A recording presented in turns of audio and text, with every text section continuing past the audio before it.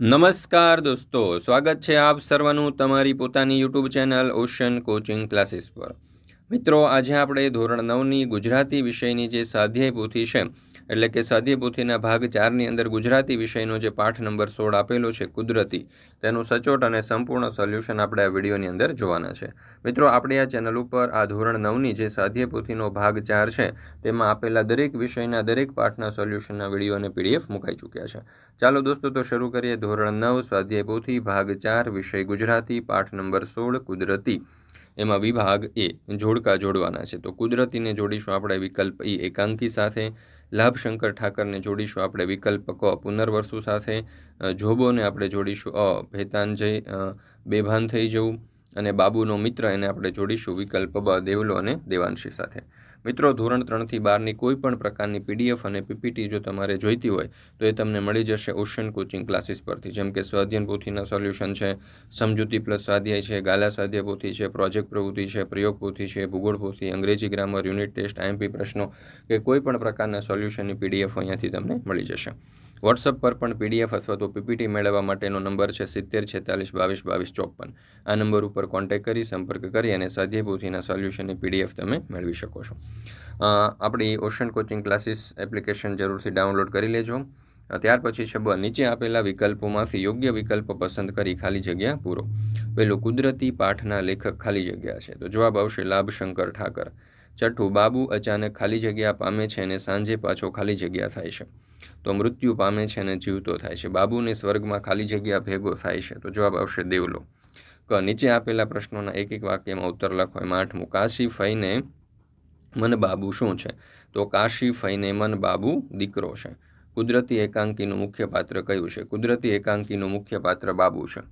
પાંખવાળા દેવદૂતોએ બાબુને કેવી રીતે ઊંચકી લીધો, તો પાંખવાળા દેવદૂતોએ બાબુને ફૂલની જેમ ઊંચકી લીધો। દેવદૂતો બાબુને ક્યાં લઈ ગયા? દેવદૂતો બાબુને સ્વર્ગમાં લઈ ગયા। બાબુને શા કારણે શરદી થઈ ગયેલી, તો ઠંડા વાદળમાંથી પસાર થતાં બાબુને શરદી થઈ ગયેલી। બાબુનું નાક કોણે શેનાથી લૂછ્યું, તો બાબુનું નાક અપ્સરાએ રેશમી લુગડાથી લૂછ્યું। અપ્સરા કોણ હતી? અપ્સરા બાબુનો મિત્ર દેવલોમાંથી દેવાંશી બનેલી હતી। દેવલો ખારા ગોઢાના મેળામાં કોના કપડાં પહેરીને નાચતો, તો દેવલો ખારા ગોઢાના મેળામાં બૈરીના કપડાં પહેરી પટિયા પાડી નાચતો। દેવલો કોનો છોકરો હતો, તો દેવલો નરસિંહનો છોકરો હતો। દેવલાનું મૃત્યુ શાનાથી થયું, તો 2 વર્ષ પહેલાં સાપ કરડવાથી દેવલાનું મૃત્યુ થયું। 18મો સવાલ, દેવલાએ બાબુને ક્યાં ઉતાર્યા, તો દેવદૂતોએ બાબુને સ્વર્ગના બગીચામાં ઉતાર્યા। કોની આંખમાં હરખના આંસુ આવી ગયા, તો ઇન્દ્રરાજ અને બાબુની આંખમાં હરખના આંસુ આવ્યા। દેવલાએ બાબુને ધરતી ઉપર જઈ શું કરવા કહ્યું, તો દેવલાએ બાબુને ધરતી ઉપર જઈ કુદરતી રીતે પુણ્ય કરવાની સલાહ આપી। કાશીમાં શેનું આંધણ મૂકવા કહે છે? કાશીમાં લાપસી બનાવવા આંધણ મૂકવા કહે છે। એકાંકીમાં લેખકે કેવી રીતે થતા કામોનો મહિમા વર્ણવ્યો છે, તો એકાંકીમાં લેખકે કુદરતી રીતે થાય તેવા સાચા પુણ્ય કાર્યનો મહિમા વર્ણવ્યો છે। 23મો સવાલ, કુદરતી એકાંકીનો ધ્વનિ લેખકે કેવી રીતે પ્રગટ કર્યો છે, તો કુદરતી એકાંકીનો ધ્વનિ લેખકે હળવાશથી મરમાળી રીતે નાટ્યાત્મક રીતે પ્રગટ કર્યો છે। કૃપાશંકરના મતે સ્વર્ગના સુખ કેમ એમના ભાગ્યમાં ન આવે, તો કૃપાશંકરના મતે તેમના કર્મને લીધે સ્વર્ગના સુખ એમના ભાગ્યમાં ન આવે। ત્યાર પછી છે નીચે આપેલા પ્રશ્નોના 2-3 વાક્યમાં ઉત્તર લખો। એમાં 25મું, એક દિવસ બાબુના જીવનમાં સવારે અચાનક શું બની ગયું, તો એક સવારે બાબુ નવેરીમાં પેશાબ કરીને ઘરમાં આવ્યો અને અચાનક મૂંઝારો થતાં એ ઢળી પડ્યો। 26મો સવાલ, પશો દાક્તર કેવો હતો, તેણે બાબુને તપાસીને શું કહ્યું, તો પશો દાક્તર બેદરકાર અને અણઘડ હતો, તેણે બાબુને તપાસીને ગંગાજળ લાવવા કહ્યું। 27મું, અપ્સરા બન્યા પહેલાંના દેવલાનો પરિચય, તો દેવલો ભણતો હતો ત્યારે એને ગાવાનો ખૂબ શોખ હતો, એ સહજ રીતે ગાતો હતો। બાબુ સ્વર્ગમાંથી પાછો ફરતો હતો એ વિદાય વેળાનું દ્રશ્ય આલેખો। વિદાય વેળાએ બાપુનો દોસ્ત બાબુને અડધા આકાશ સુધી મૂકવા આવ્યો અને આંખમાં આંસુ સમાતા ન હતા, ગળે ડૂમો બાજી ગયો હતો। 29મો સવાલ, દેવલાએ બાબુને શી સલાહ આપી?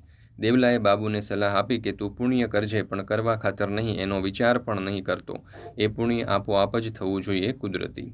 30મો સવાલ, કુદરતી એકાંકી દ્વારા લેખકે શેનું મહત્વ રજૂ કર્યું છે, તો કુદરતી એકાંકી દ્વારા લેખક એમ કહેવા માંગે છે કે જે કંઈ પુણ્ય કાર્ય કરવું હોય તે સહજપણે થવું જોઈએ। નીચે આપેલા પ્રશ્નોના 7-8 વાક્યમાં ઉત્તર લખો। એમાં 31મો સવાલ, બાબુના સ્વર્ગના અનુભવને તમારા શબ્દમાં આલેખો। એક પુણ્ય બાબુને હાથે થયું, એના પ્રતાપે બાબુને એક દિવસ સ્વર્ગમાં રહેવાનો લાહવો મળ્યો. બે દેવદૂતોએ બાબુને ફૂલની જેમ ઉચકી લીધો. તેઓ આકાશમાં ઉડવા લાગ્યો, પરંતુ ઠંડા વાદળમાંથી પસાર થતાં બાબુને છીક આવી ગઈ. ત્યાં તો તરત જ એક અપ્સરાએ આવી અને એના રેશમી લુગડાથી બાબુનું નાક લૂછ્યું. બાબુ સ્વર્ગના બગીચામાં ફર્યો. ત્યાં ભાત ભાતના ઝાડ, વેલ, ફૂલ હતા. પાણીના ફુવારા ઉડતા હતા અને ચારે બાજુ સુગંધ ફેલાયેલી હતી. ત્યાંથી બાબુ મોટા મહેલમાં દાખલ થયો. ત્યાં દરબાર ભરાયો હતો. સિંહાસન પર ઇન્દ્ર રાજા બિરાજેલા. નાચગાન ચાલતા હતા. બાબુ પ્રવેશતા જ નાચગાન બંધ થઈ ગયા. બાબુને જોઈને ઇન્દ્ર રાજા તરત જ ઊભા થઈ ગયા અને આવો બાબુરાજ કહીને એમથી પ્રેમથી ભેટ્યા. બંનેની આંખમાં હરખના આંસુ આવ્યા. ઇન્દ્ર રાજાની આંખના ઇશારે ફરી નાચગાન શરૂ થયા. દેવાંશીએ મારી વેણીમાં ચાર ચાર ફૂલ, અંબોડલે સોહે સોહામણી ઝૂલ ગીત મીઠી હલકાથી ગાયું. એમના ગામનો દેવલો સ્વર્ગની અપ્સરા દેવાંશી થઈ ગયો હતો. તે રૂપના અંબાર જેવો હતો. એની આગળ બીજી અપ્સરા ઝાંખી લાગી. નાચગાન ફરી બંધ થયા પછી ઇન્દ્ર રાજા બાબુને જમવા લઈ ગયા. ત્યાં બાબુને ચોખ્ખા ઘીની ધારવાળું છૂટું ચૂરમું જમાડ્યું. બંગલા પાન ખવડાવ્યું. બાબુએ દેવાંશી સાથે થોડો આરામ કર્યો. પછી બાબુને પૃથ્વી લોકમાં પાછો મોકલી દીધો. આમ બાબુએ એક દિવસ સ્વર્ગમાં રહેવાનો આનંદ લીધો. ત્યાર પછી છે 32મો સવાલ. કુદરતી એકાંકીમાં તમે શું શીખ્યા? તો કુદરતી એકાંકી દ્વારા લેખક એમ કહેવા માંગે છે કે જે કંઈ પુણ્ય કાર્ય કરવું હોય તે સહજપણે થવું જોઈએ. જે પુણ્ય કાર્ય સહજ રીતે કુદરતી રીતે થાય એ જ સાચું પુણ્ય કાર્ય છે. લેખકે કુદરતી એકાંકીમાં બાબુ અને દેવાંશીના પાત્ર દ્વારા સાચા પુણ્ય કર્મનો મહિમા હળવી શૈલીમાં નાટ્યાત્મક રીતે મરમાળી ભાષામાં રજૂ કર્યો છે. ત્યાર પછી છે 33મો સવાલ. નાનું સરખું સત્કાર્ય ઉત્તમ પ્રાપ્તિ કરાવી શકે, આ વિધાનનો મર્મ સમજાવો. આ વિધાનનો મર્મ એ છે કે માણસે કરેલું કોઈ પણ સારું કામ નાનું કે તુચ્છ નથી હોતું. ઘણી વખત આપણે એવું માનીએ છીએ કે મોટા કાર્યો જ મહાન પરિણામ લાવે છે, પરંતુ વાસ્તવમાં નાના સત્કાર્યો પણ જીવનમાં મોટો ફેરફાર કરી શકે છે. કોઈને સહાનુભૂતિથી બોલવું, જરૂરતમંદને મદદ કરવી, સત્યનો માર્ગ અપનાવવો અથવા તો ઈમાનદારીથી કરેલું નાનું કામ પણ મહાન પરિણામ આપે છે. નાનું સરખું સત્કાર્ય વ્યક્તિના સ્વભાવને ઊંચો બનાવે છે, સમાજમાં સદ્ભાવ ફેલાવે છે અને અંતે ઉત્તમ પ્રાપ્તિ તરફ લઈ જાય છે. આવા સત્કાર્યોનો સંગ્રહ જીવનમાં સુખ, શાંતિ અને સંતોષ આપે છે. તેથી માણસે કોઈ પણ સારા કાર્યને નાનું સમજીને અવગણવું નહીં, કારણ કે નાના સત્કાર્યોમાં જ મહાન સિદ્ધિઓ જન્મે છે. ત્યાર પછી છે વિભાગ સી, વ્યાકરણ વિભાગ. એમાં છે 34મો સવાલ. નીચે આપેલા શબ્દની સાચી જોડણી લખો. મુંજારો, પૃથ્વીલોક, ત્રિકાલ અને અપ્સરા જેવા શબ્દો આપે છે. ત્યાર પછી છે સાચી જોડણી. એમાં છે ઇન્જેક્શન, ત્યાર પછી છે કૃપાશંકર, નાડાછડી અને મધમધાત જેવા સાચા શબ્દોની જોડી આપણે દર્શાવેલી છે. ત્યાર પછી 36મું છે ગાયન શબ્દની સંધિ છૂટી પાડો, તો ગઈ વત્તા અન. સંધિ છૂટી પાડો, ઉપાસના તો ઉપ વત્તા આસના, દેવાંશી તો દેવ વત્તા અંશી, નિશ્વાસ તો નિહ વત્તા શ્વાસ, પૃથ્વી તો પૃથ વત્તા ઈ, પુરુષોત્તમ તો પુરુષ વત્તા ઉત્તમ ને મનોકામના તો મનઃ પ્લસ કામના. નીચેની પંક્તિઓમાં રેખાંકિત સંજ્ઞાના પ્રકાર જણાવો. દેવલો તો જાતિવાચક, દોસ્તો જાતિવાચક, ચૂરમું અને તો દ્રવ્યવાચક, ઠંડક તો ભાવવાચક. ત્યાર પછી આપણે આગળ જોઈએ 39મું. રસમ શબ્દનો સમાનાર્થી જણાવો. તો અહીંયા જવાબ આવશે આપણો વિકલ્પ ડ. અ, બ બંને સાચા. આવરદા શબ્દોનો સમાનાર્થી, તો એમાં જવાબ આવશે વિકલ્પ ડ. બ અને ક બંને સાચા. નીચેના શબ્દોનો સમાનાર્થી શબ્દ લખો. કપાળ તો લલાટ, સોડમ તો સુગંધ, અચાનક તો એકાએક, સબૂર તો ધીરજ, ઠાઠડી તો નનામી, અવલ તો પ્રથમ, દાખલો તો ઉદાહરણ. નીચેનામાંથી પર પ્રત્યયવાળો શબ્દ શોધો, તો અ એટલે કે કકળાટ. નીચેનામાંથી પૂર્વ પ્રત્યયવાળો શબ્દ શોધો, તો એમાં જવાબ આવશે વિકલ્પ ડ. અપ્સરા. નીચે આપેલા શબ્દને કયા પૂર્વ પ્રત્યય કે પર પ્રત્યય લાગે છે તે જણાવો. ત્રિકાલ તો પૂર્વ પ્રત્યય, ગાયન તો પર પ્રત્યય, બાળપણ તો પર પ્રત્યય. 45મું. નીચેના શબ્દોની લિંગ ઓળખાવો. ઘી તો નપુસકલિંગ, ઈશારો તો પુલ્લિંગ, આંધણ તો નપુસકલિંગ, ગંગાજળ તો નપુસકલિંગ, છીક તો સ્ત્રીલિંગ, પુણ્ય તો નપુસકલિંગ, અપ્સરા તો સ્ત્રીલિંગ, નારિયેળ તો નપુસકલિંગ. નીચેના વાક્યોમાંના અલંકાર ઓળખાવો. મારી વેણીમાં ચાર ચાર ફૂલ, અંબોલડે સોહે સોહામણી ઝૂલ, તો વર્ણાનુપ્રાસ. ખોરા ગાઢાનો મેળામાં જેવો લાગતો તો ને એવો જ, તો ઉપમા અલંકાર. કૌંસમાં આપેલા સૂચના મુજબ કરો. બાબુ રોજ કકડાટ કરતો હતો, તો બાબુ રોજ કકડાટ કરે છે. આ તો સ્વર્ગની વાત છે, તો આ તો સ્વર્ગની વાત હતી. દેવલો નાચતો હતો, તો દેવલો નાચશે. 47મું છે રોકકળ, સમાસનો પ્રકાર જણાવો, તો અ દ્વંદ્વ સમાસ. 48મું દેવદૂત અને મનોકામના, આ બે સમાસનો પ્રકાર જણાવો, તો અહીંયા જવાબ આવશે વિકલ્પ ડી તત્પુરુષ સમાસ. 49 નીચેના દરેક શબ્દના સમાસને ઓળખાવો. 2-4 એટલે કે દ્વિગુ, સિંહાસન તો મધ્યમ પદ લોભી, પુરુષોત્તમ તો તત્પુરુષ, ત્રિકાલ તો દ્વિગી, ટાઢાબોળ તો કર્મધારય, નરસિંહ તો કર્મધારય, ભેદભાવ તો દ્વંદ્વ અને મા બાપ તો દ્વંદ્વ. ત્યાર પછી છે 50મું. નીચેના વાક્યમાંથી રેખાંકિત વિશેષણનો પ્રકાર. તો પહેલામાં છે 24 એટલે સંખ્યાવાચક, બીજામાં છે થોડો તો પરિણામવાચક, ત્રીજામાં છે સોહામણી તો ગુણવાચક, ચોથું છે મારા તો સાર્વનામિક, પાંચમું છે 4-4 તો સંખ્યાવાચક. ત્યાર પછી છે 51મું. આપેલા શબ્દનો વિરુદ્ધાર્થી શબ્દ. હાજરનું વિરુદ્ધાર્થી ગેરહાજર, હેતનું વિરુદ્ધાર્થી ધિક્કાર, છાયાનું વિરુદ્ધાર્થી તડકો, ચાંદનું વિરુદ્ધાર્થી સૂરજ, પુણ્યનું વિરુદ્ધાર્થી કાંટો અને તાલનું વિરુદ્ધાર્થી બેતાલ.